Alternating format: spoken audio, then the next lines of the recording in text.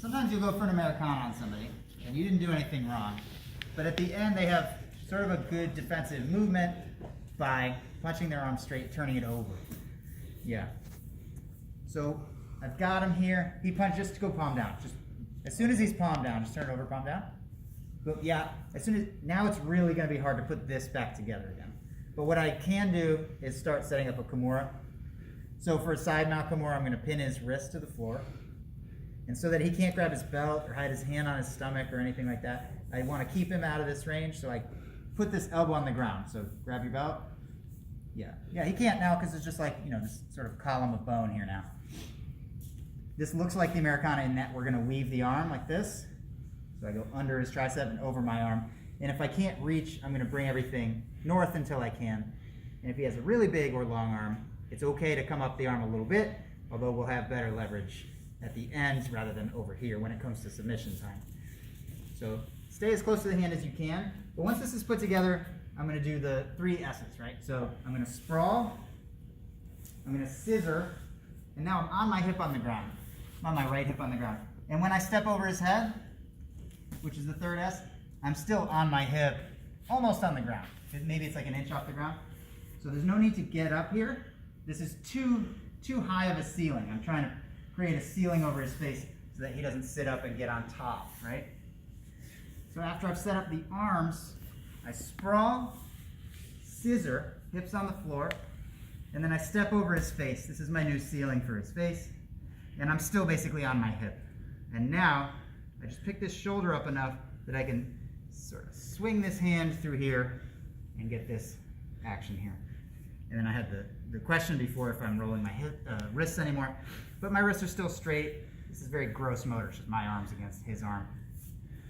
So one last time, from the Americana, if he punches it straight, I'm just going to make sure I keep it right away. Put my elbow down, set it up, sprawl, scissor, step, and now I can go for my finish right there.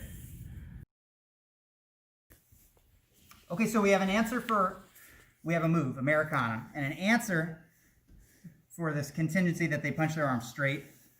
Boom, and I catch this. It's definitely true that a person could escape this and put themselves back in Americana. So he punches it straight and turns his hand over again. Yeah, and it isn't actually as convenient to switch between these two as it might seem. So when you do that, I have the wrong hand on his wrist, so I have to switch this, and this hand's got to go like on a journey, like so. This can be an annoying place with a good defender, and I want you all to be good defenders. So when we're here, he can punch it and turn it over. There's no good way to finish this setup, so I have to get a totally different setup. Boom, boom. I start setting this up. Boom. Okay, well, right? Let's say we've done this a couple times, and he turns it over, and I decide, you know what, Kimura's not going to be the move. He's going to punch out again. I'm going to do this. I'm going to grab his, I don't tell you to do this a lot. This is like a, you know, in Aikido, they do a lot where they grab the hand and stuff like that. But in this case, I am going to do it. I'm going to grab pinky meat, not his pinky, but the meat of the hand. And I'm going to put my thumb in the snuff box right here. And I'm going to turn this over. Oh, okay? So get out of that grip. It's hard. Not that I chose the largest person in the room, but this is a very strong grip. Okay? And now all I need is a fulcrum under his elbow. So I'm going to swim this under here. You okay? yeah. So I'm going to swim this under here. And I just put my palm on the floor. I'm not grabbing me. And now that I have a fulcrum, which will be my bicep actually, not the forearm, I go against it this way.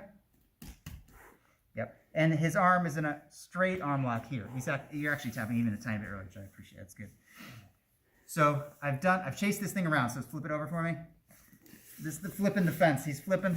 I got to catch this flipping arm, right? So the way I do it is I get this pinky meat with my fingertips, the snuff box with my thumb, and I turn this over. And then I put this underneath because his elbow's right here, and I would break it this way, right along the ground, but I'm blocking it with my bicep. So bends this way, which means it doesn't bend this way, so I go this way. It's a very fast submission. It comes on very fast, so you have to move really slowly.